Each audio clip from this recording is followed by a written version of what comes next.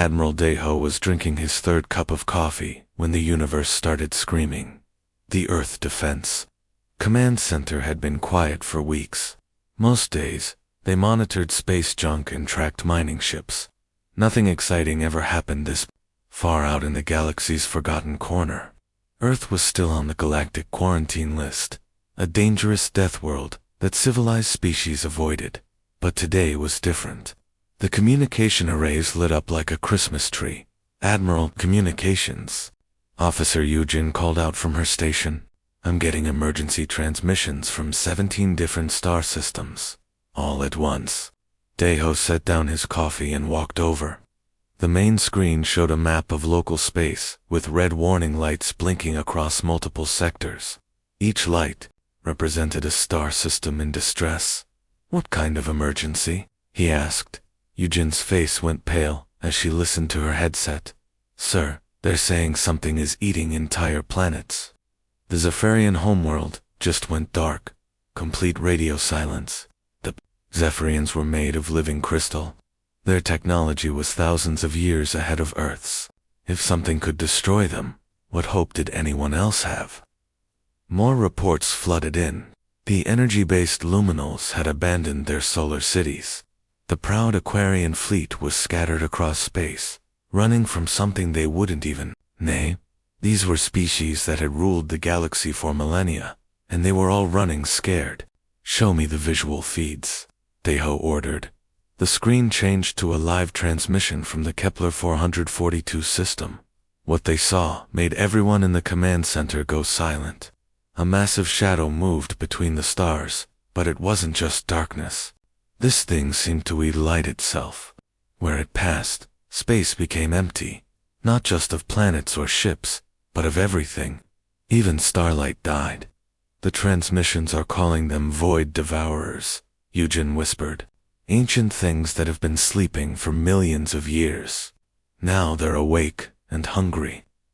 Deho watched as another star system went dark on the map. Then another. The shadows were moving fast, consuming everything in their path. At this rate, they would reach Earth's sector within months. The other species were fleeing toward the galaxy's edge. But there was nowhere to run forever. Eventually, these void devourers would find every hiding spot. They would find Earth. Get me the Defense Council, Deho said quietly. It looks like our quarantine days are over.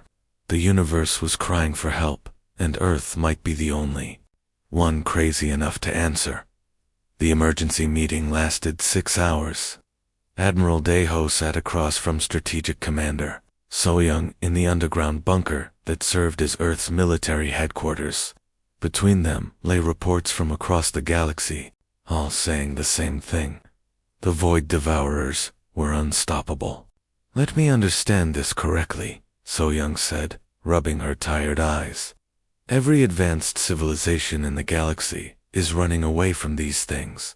Every single one, Deho confirmed. The Zephyrians had energy shields that could stop supernovas. The luminals could move faster than light without ships. None of it mattered. These void devourers just consumed everything. So-young pulled up Earth's classification file on her tablet. Class 12 Deathworld. Quarantined for the safety of civilized species. Inhabited by violent primates who somehow developed nuclear weapons before achieving world peace. You know what? The galaxy thinks of us, she said. We're the scary monsters they use to frighten their children. Behave, or the humans will come for you with their terrible weapons and their death music. Deho almost smiled. Death music. That's what aliens called human rock and metal songs. They couldn't understand how any species could enjoy such aggressive sounds. The Galactic Council has never even sent us an invitation to join, So-young continued. According to their files, we're barely civilized primitives who solve everything with violence. Maybe that's exactly what we need right now, Deho said quietly. The room went silent. Outside, they could hear the sounds of normal life continuing. People going to work, children playing, traffic moving. None of them knew that cosmic horrors were devouring the galaxy planet by planet. If we do nothing, Deho explained. The Void Devourers will eventually find Earth. When every other world is consumed, they'll come here. And when they do, there won't be anyone left to help us.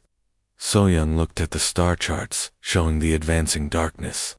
So you're suggesting we help the same aliens who've spent centuries calling us dangerous monsters? I'm suggesting we prove them right, Deho replied. But this time, we point our dangerous nature at something that truly deserves it. So-young was quiet for a long moment. Finally, she nodded. Issue the mobilization order. Full military activation. Every ship, every weapon, every soldier we have. The aliens won't expect help from us, Deho warned. Good, So-young said with a grim smile. Neither will these void devourers, for the first time in human history. Earth was going to war among the stars. Chief Engineer Minsu hadn't slept in 3 days. The Luna shipyard was buzzing with activity around the clock as workers welded, hammered, and cursed in 12 different languages. What they were building didn't look like any warship in the galactic databases. More armor plating on the front sections, Minsu shouted over the noise. If we're flying into cosmic horrors, I want these ships to survive getting punched by a moon. The human warships looked like flying fortresses, while alien vessels were sleek and graceful. Earth's ships were built like bunkers, with engines, thick armor, redundant systems, and weapons that made other species nervous. Sir, the mining laser arrays are ready for installation, reported Engineer Giwu. She was holding blueprints for equipment that was never meant for combat. Minsu grinned. Perfect. If it can cut through asteroids, it should work on whatever these void devourers are made of. Across the shipyard, Captain Hyanwu inspected the first completed vessel. The TFS Determination looked like someone had strapped weapons to a space fortress. Every surface had guns, missile pods, or sensor arrays. The aliens are going to think we're insane, his weapons officer commented. Good, Hyanwu replied. Let them wonder what kind of species builds ships like these. Meanwhile, in the orbital weapons platform, Specialist Mina was working on her own project. She stood before a massive display showing asteroid belt trajectories and calculation, formulas that would make alien mathematicians weep. Computer, show me the largest available asteroid within range of Kepler 442, she commanded.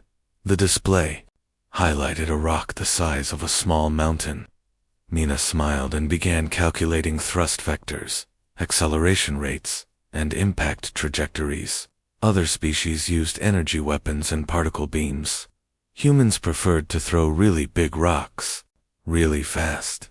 Ma'am, the council is calling this project criminally excessive, her assistant Dongwu reported nervously.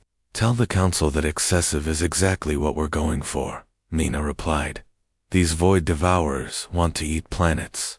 Let's give them indigestion. Back at the shipyard, the first squadron was nearly complete.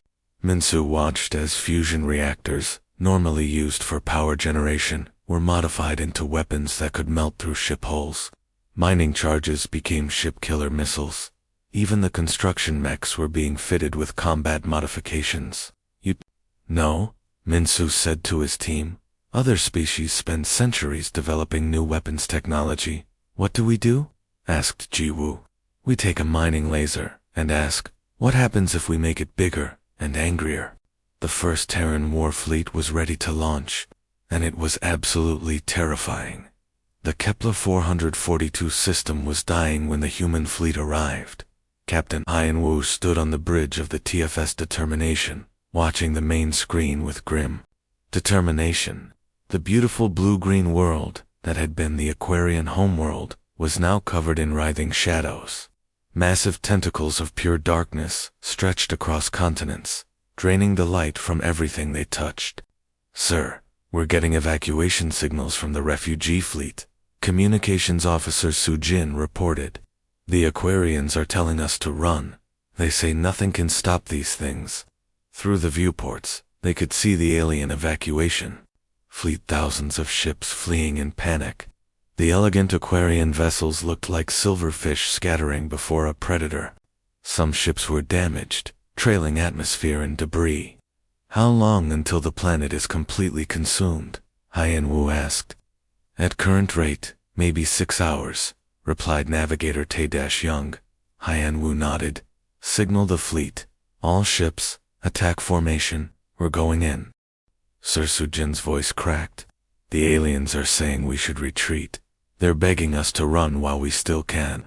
Tell them the cavalry has arrived. The human war fleet moved forward while every other ship in the system fled the opposite direction. It was like watching someone run toward a fire while everyone else escaped. Weapons. Officer Junho checked his console as they approached the writhing darkness surrounding the planet. Sir, the Void Devourers are detecting us. Those tentacle things are turning our way. Good. Let's get their attention. All ships, open fire. The space around Kepler 442 erupted in light as human weapons fired simultaneously. Mining lasers carved through the darkness. Kinetic bombardment rounds, asteroids, accelerated to incredible speeds, slammed into the massive tentacles. Nuclear missiles detonated in brilliant flashes, but the most shocking moment came when the darkness reached for their ships. Sir, we have contact. Junho shouted as dark tentacles wrapped around the TFS determinations hull. Instead of retreating, Hien Wu gave an order that made every alien in the system question human sanity. Full forward thrust. Ram speed. Junho, prepare the close-range nuclear charges. Close range, sir. That means ... double quotes. I know what it means. Do it. The human ship accelerated, directly into the cosmic horror's grasp. As the darkness tried to crush their vessel, Junho detonated nuclear warheads at point-blank range, close enough that their own ship shook from the explosions across the alien communication channels. There was stunned silence. Finally, a commander's voice crackled through. What kind of species flies into cosmic horrors and detonates nuclear weapons at hugging distance? The kind that wins wars, Hien Wu replied calmly. 3 weeks after the first human victory at Kepler 442, everything changed. Dr. Haijin was running biological scans on Void Devourer fragments when the emergency alarms started blaring throughout the research station. She looked up from her microscope to see Admiral Deho's face on every screen in the lab. All personnel, this is not a drill. Long-range sensors have detected Void Devourer movement toward Earth. Estimated arrival time, 72 hours. Haijin's blood went cold. The cosmic horrors were coming home. Sir, how is that possible? Asked her research partner, Dr. Chungmin.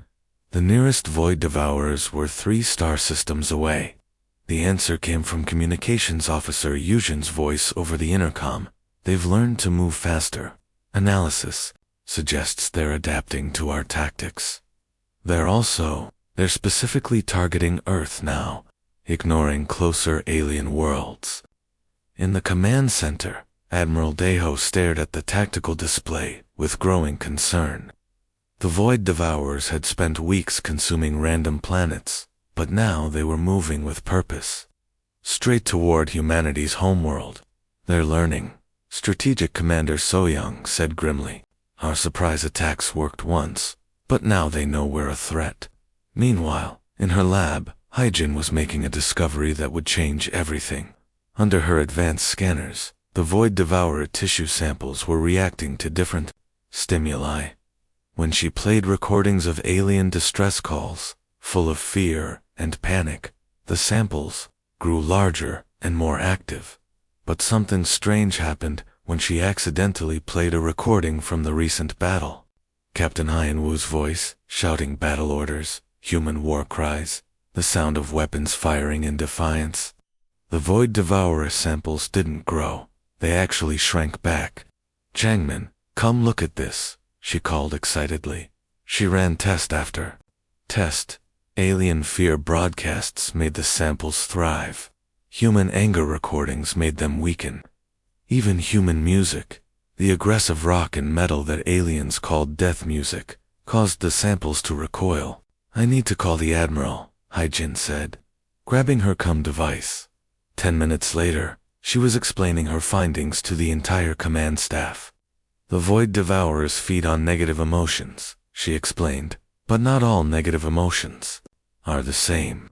They consume fear, despair, hopelessness, emotions that make species give up and run, but human anger, human defiance, human rage, it's like poison to them.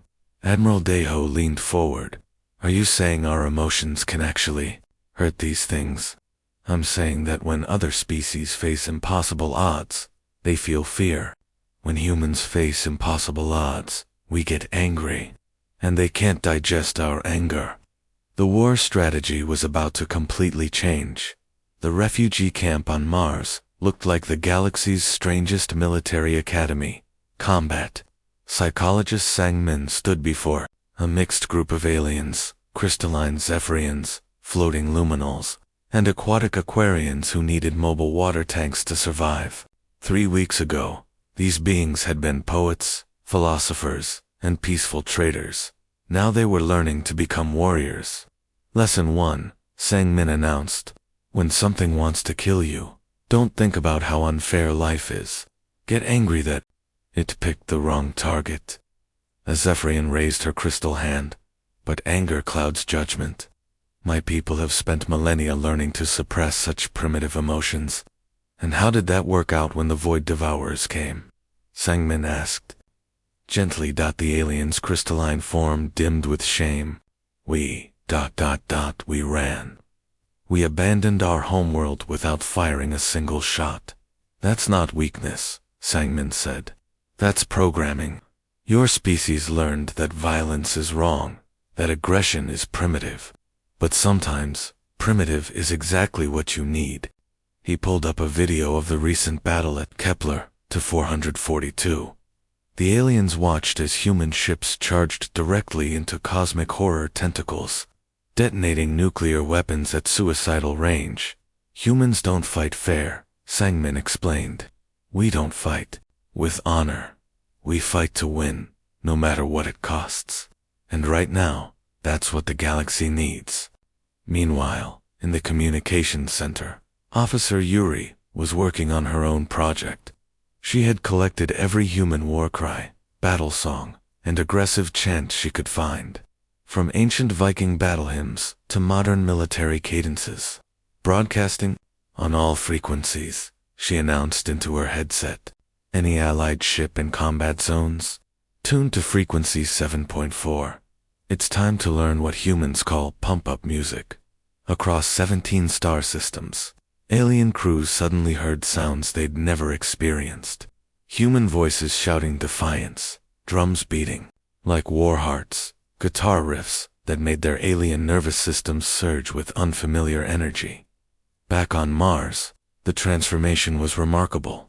A luminal energy being, who had spent centuries in peaceful meditation, was now practicing battle. Roars.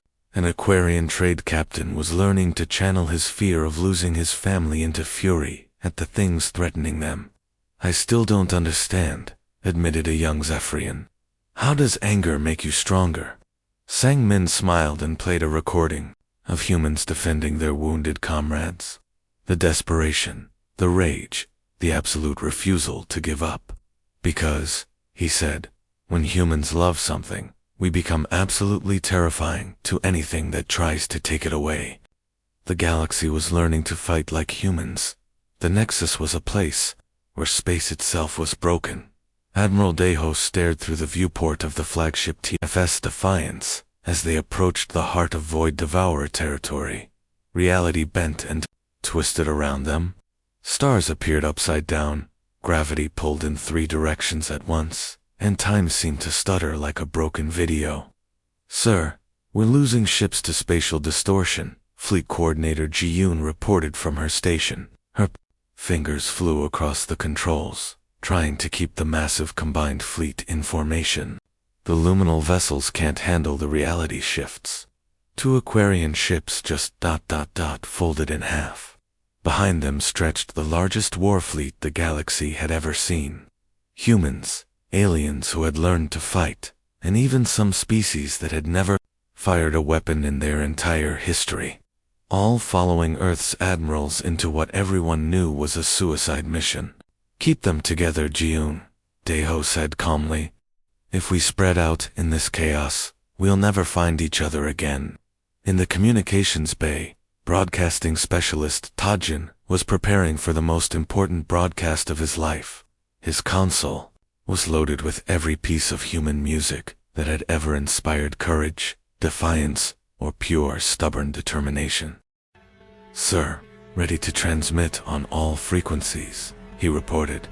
"Do it. Give them everything we've got." Tajin hit the broadcast button, and suddenly every ship in the fleet was filled with human war songs.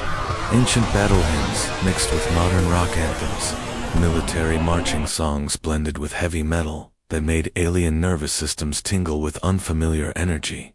The effect was immediate. Across the fleet, alien crews who had been trembling with fear suddenly straightened their backs. The crystal forms blazed brighter. The luminals pulsed with renewed energy. Even the peaceful Aquarians began swimming faster in their mobile tanks. "Admiral, the alien ships are reporting increased morale," Jiun said with amazement. "They're saying the human music is making them feel ... invincible." Through the chaos of twisted space, they could see their target. The Nexus core was a sphere of absolute darkness that hurt to look at.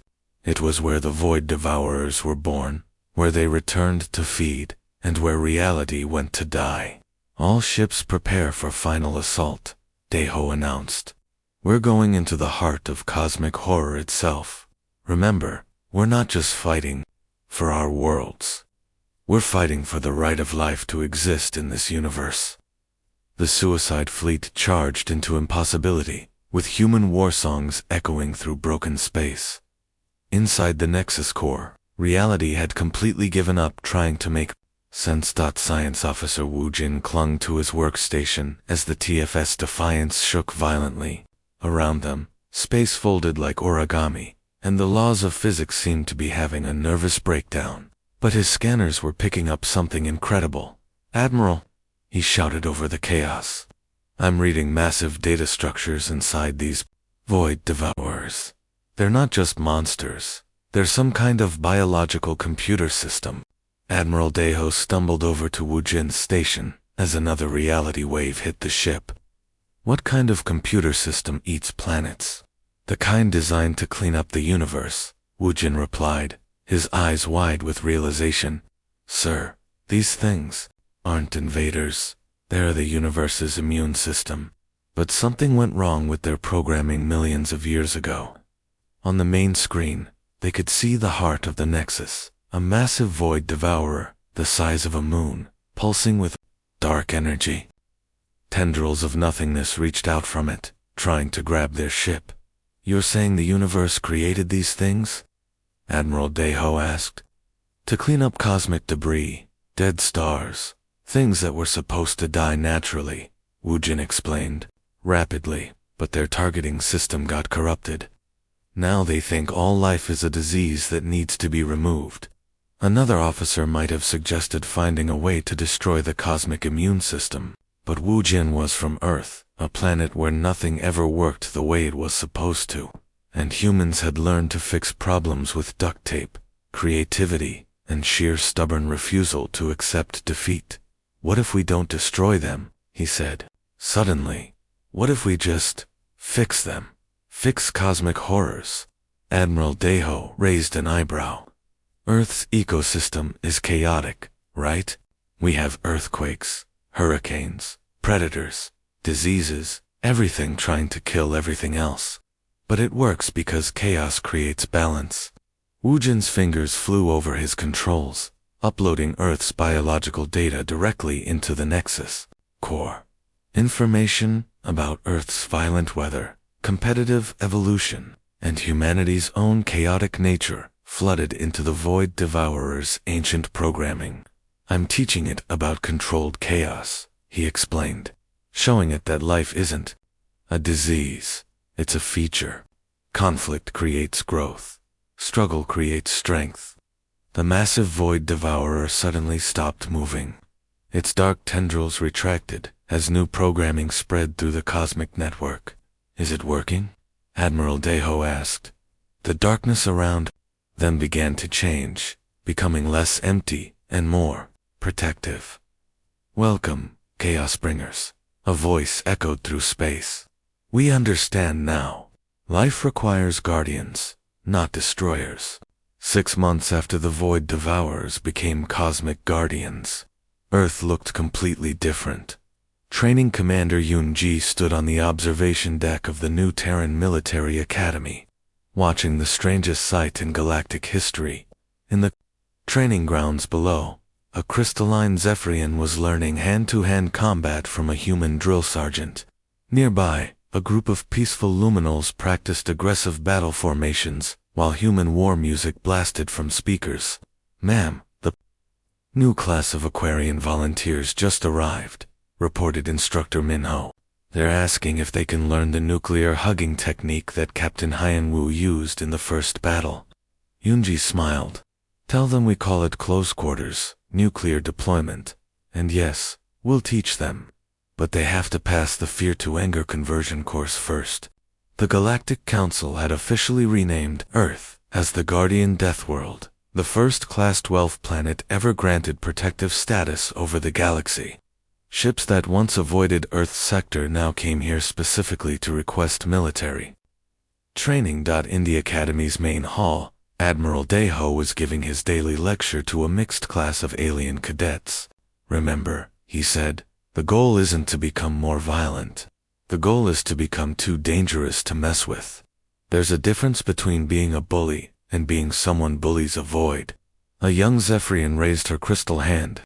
Admiral, my home council still doesn't understand how humans can be both protectors and warriors. Simple, Deho replied. We're mean to things that hurt our friends, and nice to things that don't.